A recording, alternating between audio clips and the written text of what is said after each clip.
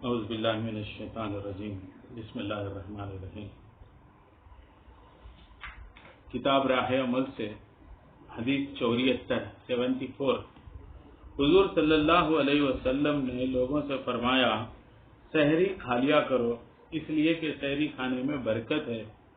دن کے روزے رکھنے میں سحری سے مدد لو، تہجد کے لیے اٹھنے میں دن کے خیلولے سے مدد لو۔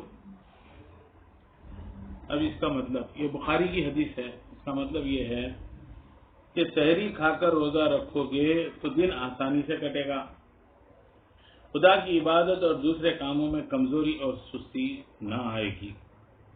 سحری نہ کھاؤ گے تو بھوک کی وجہ سے سستی اور کمزوری آئے گی، عبادت میں جی نہ لگے گا اور یہ بڑی بے برکتی کی بات ہوگی۔ چنانچہ دوسری حدیث میں فرمایا گیا کہ دن میں سحری سے مدد لو اور رات کو تہجد کے لیے دن میں سو کے خیلولے کے ذریعے مدد لو، یعنی دن کا روزہ آسان کرنے کے لیے سحری کھاؤ۔ پہلی امتوں میں سحری کا کوئی تصور ہی نہیں تھا، روزہ کھولتے تھے، سوئے تک کھاتے تھے، جہاں سے سوئے ان کا روزہ چالو ہو جاتا تھا، یعنی 24 گھنٹے میں ان کا ایک ہی ٹائم کھانا۔ اب یہاں سحری 2 ٹائم الگ الگ آ گئے، افطار ہو رہا پھر سحر ہو رہی۔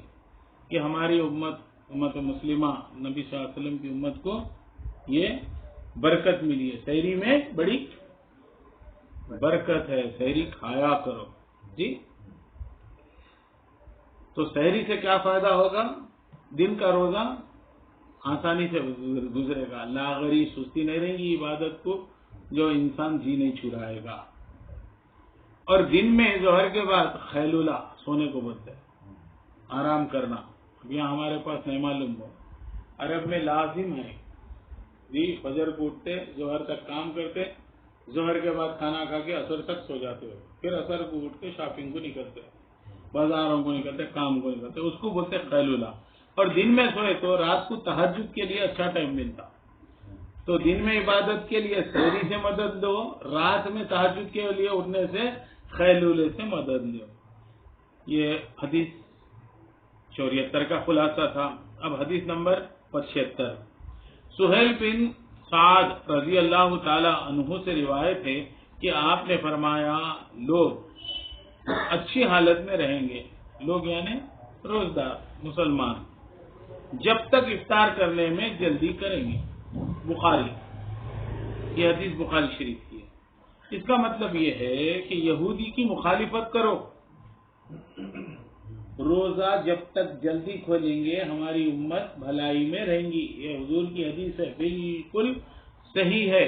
اب ذرا یہاں مطلب میں جو اختلاف ہو رہا ہم کچھ سمجھیے۔ جلدی کرو کا مطلب تم سے جلدی کرو، یا یہودیوں سے جلدی کرو ہے۔ اب وہ جا کے بات کہاں گئی؟ آپس میں آ گئی جی۔ مطلب کہ یہودی مخالفت کرو، ان لوگ دیر سے کھلتے ہیں اور اندھیرا چھا جانے کے بعد روزہ کھولتے ہیں۔ تو اگر تم سورج ڈوبتے ہی کرو گے اور یہودی کی پیروی نہ کرو گے تو یہ اس بات کی دلیل ہوگی کہ تم دینی لحاظ سے اچھی حالت پر ہو۔ سورج ڈوب جانے کے بعد، سورج ڈوبتے ہی کرو۔ وہ لوگ بہت انتظار کر کے سورج ڈوبنے کے بعد یہودی کرتے تھے، اس طرح نہ کرو۔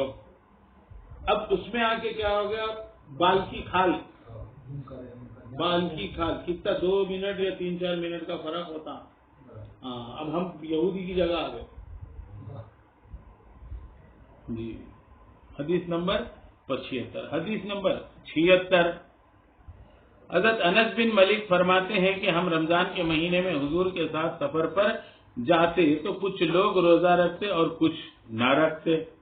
رمضان میں سفر میں اختیار ہے کہ تم سفر آسان ہے، رکھنا چاہتے ہیں تو آپ کی مرضی، نہیں رکھنا چاہتے ہیں مرضی، یہاں پہ آپشن ہے، سمجھو اللہ تعالیٰ اختیار دے دیا۔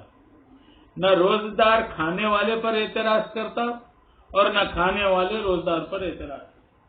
کیا صحابہ کا کیریکٹر تھا جی۔ اللہ تعالیٰ رخصت دیا، نہیں سفر آسان ہے، میں رہ سکتا ہوں، رہ جاؤ، اور دوسروں کو یہ نہیں بولنا اس سے سفر آسان میں کیوں نہیں رہ رہے تم، دوسرے کو نہیں بولتے تھے. اور خود کھاتے تھے، نہیں کھانے والے کو نہیں بولتے تھے. نہیں کھانے والے، کھانے والے ارے روزدار ہے، روزہ نہیں رہے، کھا رہے ہیں، کچھ بھی نہیں بولتے. جب اللہ اختیار دے دیا، آپ کیوں پابندی سختی کرتے ہیں دوسرے پر؟ ہم سفر کرتے رمضان میں نبی صلی اللہ علیہ وسلم کے ساتھ، تو کچھ لوگ روزہ رہتے، کچھ لوگ نہیں رہتے، کچھ لوگ کھاتے، کچھ لوگ نہیں کھاتے، مگر کوئی ایک دوسرے کو نہیں بولتا. آج تو صرف دین کیا رہ گیا؟ ایک دوسرے کو بولنا ہی دین رہے گا. صرف میں دوسرے کو بولنا، میرا تقوی یہ ہے کہ میں دوسرے کو بولنا. اپنے آپ پہ سختی کر لو، دوسرے پہ سختی نہیں. کل سنے نہیں ایک حدیث میں، وہ امامت کرنے والے جو نمازیوں کو اللہ کی عبادت سے برکاتے ہیں، متنفر کرتے ہیں، جو لمبی نماز پڑھتے ہیں، اپن اکیلے میں ٹھہر کے پڑھ لو نماز 4 گھنٹے کی، جماعت جلدی. مسافر کو قرآن میں روزہ نہ رکھنے کی اجازت دی گئی ہے. جو شخص بآسانی سفر میں روزہ رکھ سکے تو اس کے لیے روزہ رکھنا بہتر ہے. جسے زحمت ہو تو اس کے لیے روزہ نہ رکھنا افضل ہے. کسی کو کسی پر اعتراض نہ کرنا چاہیے. آج 3 حدیث ہم پڑھے ہیں، 74، 75، 76. جی